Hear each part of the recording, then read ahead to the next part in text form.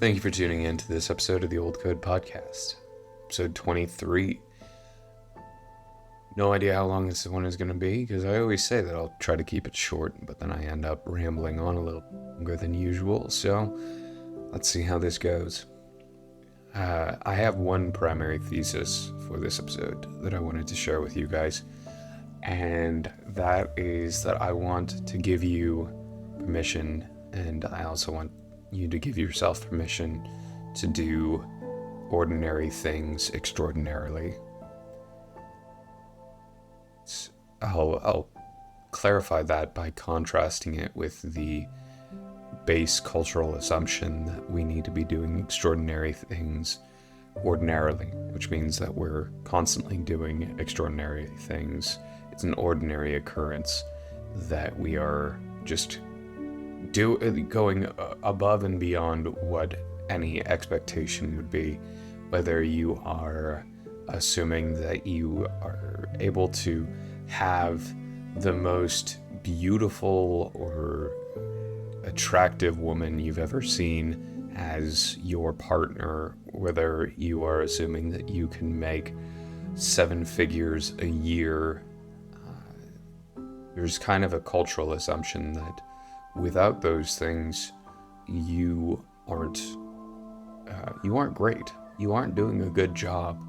And there's even a bit of a Christian cultural assumption where you got to get everything in line. You got to get all of the base stuff in line first before you can actually progress in life. Particularly before you get married, you got to have your career planned out. You have to have graduated college. You have to do all those sorts of things. And so it's very extraordinary to have your life totally put together. And I think that that's something we don't entirely actually give credit to or give credit for. But really, we have this assumption that we can all be superheroes and we can all be absolutely just the top earning entrepreneur or anything of those, in those terms. But I want to give you permission, and I want to give myself permission, and I want you to give yourself permission to do ordinary things extraordinarily. And so, and then, again, a point of clarification on that. What exactly is ordinary? Being a parent is relatively ordinary. Working out is ordinary. Reading a book or writing down your thoughts, journaling is ordinary. A lot of things. Having a job is ordinary. That's an ordinary occurrence for us. If you're listening to a podcast, then you're probably living in a first world country where, having a job is an ordinary thing. Having a meal to cook or to eat at the end of the day, that's ordinary. All of that is ordinary stuff. It's almost commonplace. The vulgar is common. But there's a way to live that elevates the ordinary into the extraordinary. And that has to do, again, with excellence, with virtue, with the true, the good, and the beautiful. And so, and I believe I've already briefly touched on this in the excellence and duty episode, but I think just as a point of clarification for all of this, it's perfectly all right to live a perfectly ordinary life. The vast majority of history is taken up by ordinary lives. Recorded history may not be, but the vast amount of history is taken up by people who just lived lives. So there's a line from the Iliad where Achilles is talking about how effectively he traded legacy for a long life. He traded the opportunity to be remembered for great deeds and great feats in exchange for living a life that would have been full. And there's a whole lot of people that will always point to that and go, yeah, I want to live like that. I'd so much prefer a legacy. I'd so much prefer the extraordinary. And actually, you follow up with in the Odyssey, because again, Achilles dies at the end of the Iliad. Spoiler alert. But in the Odyssey, they have to go through the underworld in order to retrieve something. And they see Achilles there. And when they talk to him, he basically says, I would 100% trade a long life. Legacy. I would 100% have taken the long life over see that I had. And so very rarely do we see in fiction the opportunity to have a man go, I would have preferred a boring and long life than a fast and exciting one. But there it is. And so how do you elevate the ordinary into the extraordinary? Well, you elevate the ordinary and to the extraordinary. Let's go with physical fitness. Let's go with working out. You elevate the ordinary by not taking stupid shortcuts. Particularly, there's a whole lot of people taking steroids and taking exogenous hormones in the fitness industry right now. So you show up, you put in the work, you do right, you work hard, and you get stronger day by day, or you get faster, or you can run a little further. And the very fact that you are showing up consistently, or you are putting in an effort consistently, that raises it from the ordinary, where the ordinary experience of people now is to just live a passive and bloated lifestyle. That raises something that's ordinary into the extraordinary by just showing up and doing the work. The same goes for your job. You raise the ordinary act of having a job from the ordinary into the extraordinary, not simply by just clocking in and clocking out and doing it in the meantime, but by genuinely seeking to be excellent and seeking to be virtuous in what you are doing. There's so much that you can be doing, not just in what you are doing, but how you can be doing it. Are you approaching what you are doing simply as a point of, I'm getting money, blah, blah, blah, whatever?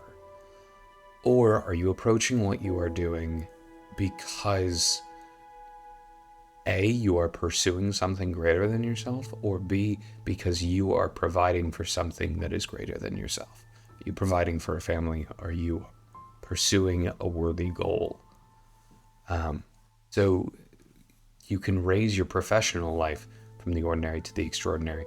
And I think one of the big things that has to be said about all of this is at no point in time does external viewership raise the ordinary into the extraordinary.